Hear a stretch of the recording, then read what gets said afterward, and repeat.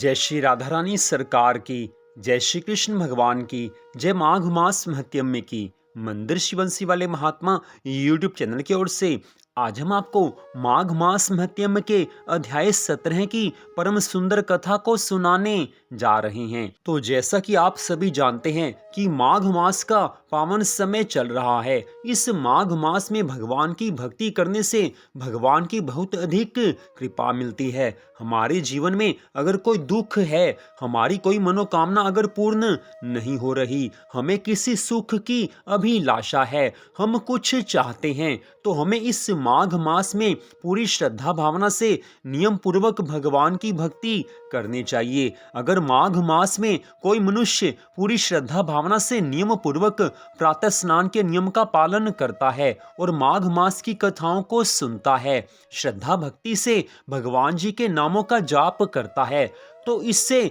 भगवान प्रसन्न हो जाते हैं। और जब भगवान अपने भक्तों से प्रसन्न होते हैं तो भक्तों को मन चाही वस्तु दे देते हैं। भगवान के लिए कुछ भी देना असंभव नहीं है।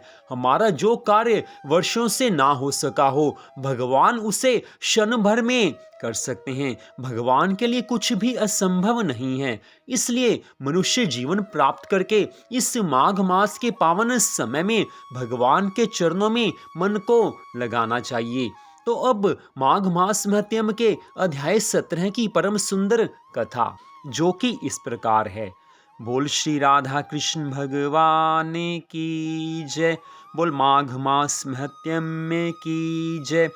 पिछले अध्याय की कथा में आपने सुना था कि किस प्रकार 5 अप्सराएं ऋषिवर को देखकर कामदेव के प्रभाव में आई हैं। अब उससे आगे की कथा, वह 5 कन्याएं इस प्रकार विलाप करती हुई बहुत देर तक प्रतीक्षा करने के बाद अपने घर में लौट आई हैं। मन में एक ही चिंता है कि कैसे उन ऋषिवर के दर्शन होंगे, कैसे उन ऋषिवर के पुण्य दर्शन हम प्राप्त कर पाएंगे। आज वो 5 कामदेव के प्रभाव में आकर चिंता मग्न हो रही हैं। कब उन ऋषि पुत्र के दर्शन होंगे और कब हमारे धधकते हुए हृदय को शांति मिलेगी।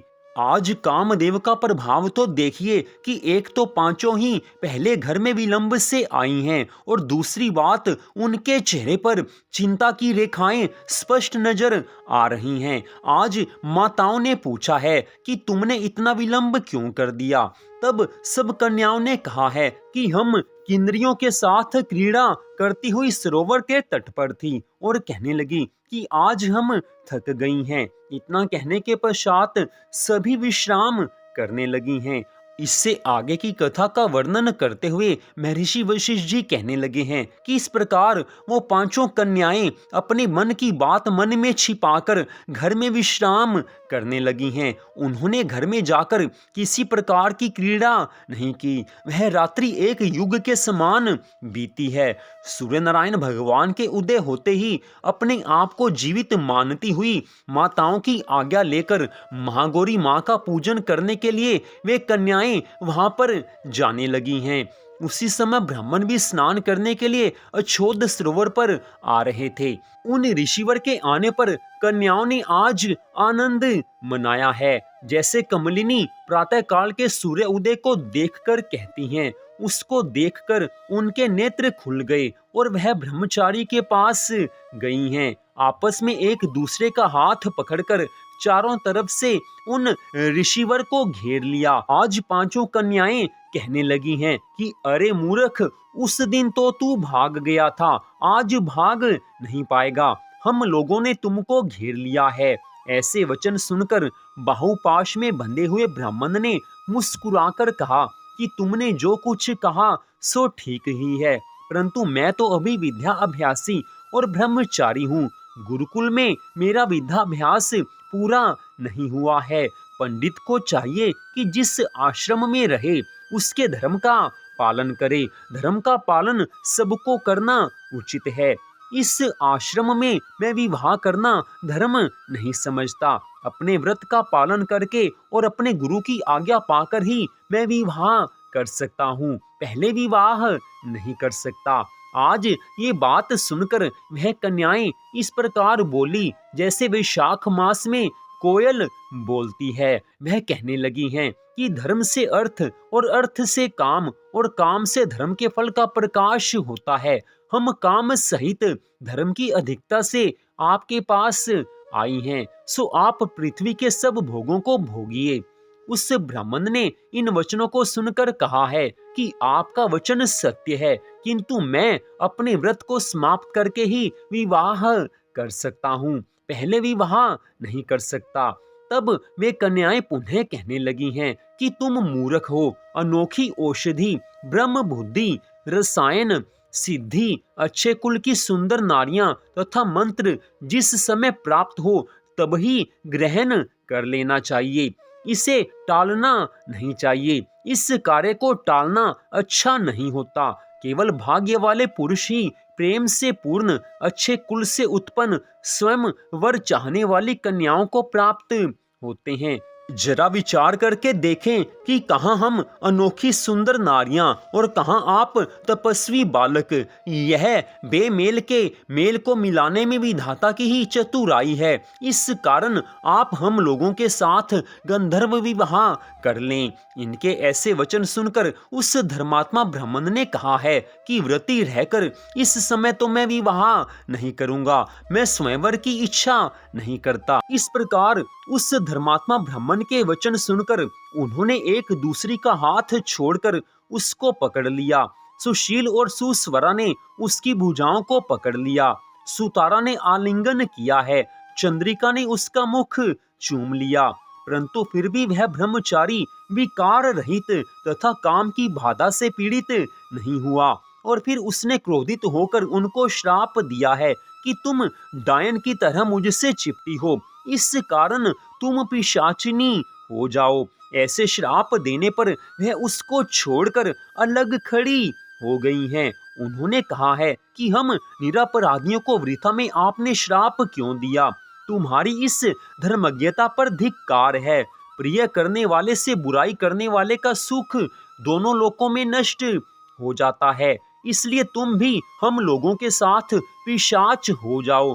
तब वे आपस के क्रोध से उस सरोवर पर पिशाच और पिशाचनी हो गए और बस पिशाच पिशाचनी कठिन शब्दों से चिल्लाते हुए अपने कर्मों को भोगने लगे हैं।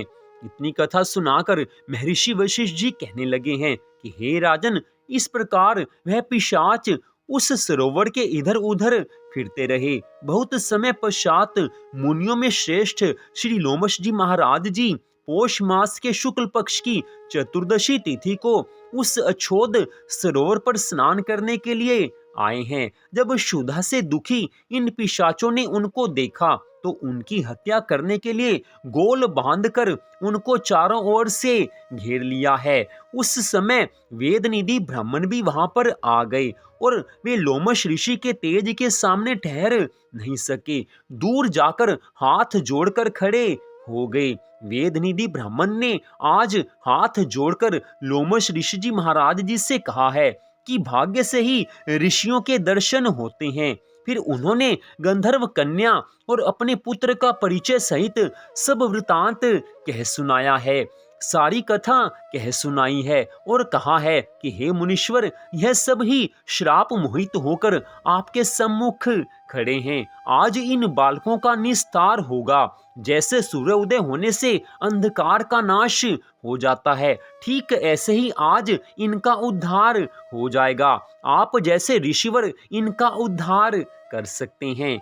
इतनी कथा सुनाकर महर्षि वशिष्ठ जी कहने लगे हैं कि पुत्र के दुख से दुखी हुए वेदनिधि ब्राह्मण के ऐसे वचन सुनकर आज लोमश ऋषि जी महाराज जी के नेत्रों में जल भर आया है और वह वेदनिधि ब्राह्मण से कहने लगे हैं कि मेरे प्रसाद से बालकों को शीघ्र स्मृति पैदा हो। मैं उनको धर्म कहता हूँ जिससे इनका आपस का श्राप विलीन हो जाएगा।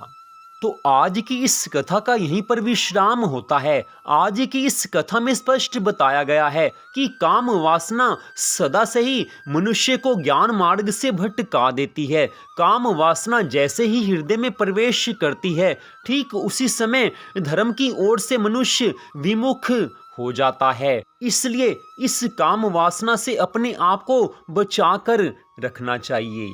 तो आज की इस कथा को सुनने के लिए आप सबका हार्दिक धन्यवाद। भगवान श्री राधा कृष्ण जी की माघ मास महत्म की अनंत कृपा सदा आप सब पर, आपके परिवार पर बनी रहे, इसी मंगल कामना के साथ जय श्री राधा रानी सरकार की, जय श्री कृष्ण भगवान की, जय माघ मास महत्म की। जय जय श्री राधे, जय जय श्री राधे, जय जय श्री राधे श्याम।